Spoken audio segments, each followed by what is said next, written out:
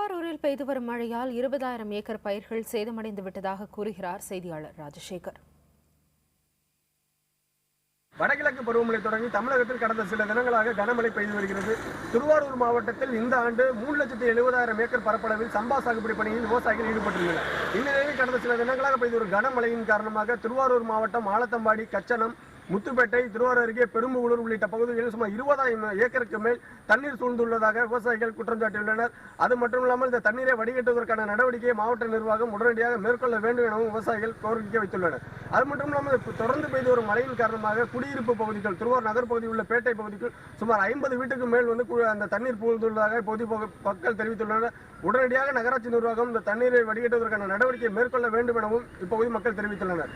தொடர்ந்து பெய்து வரும் கனமழையின் காரணமாக இன்று திருவாரூர் மாவட்டத்தில் பள்ளி மற்றும் கல்லூரிகளுக்கு விடுமுறை அளித்து மாவட்ட ஆட்சியர் மதிவாணன் உத்தரவிட்டுள்ளார். புதிய தலைமுறைக்காக ஒளிப்பதிவாளர் முத்துக்குமாருடன் திருவாரூரிலிருந்து ராஜசேகர்.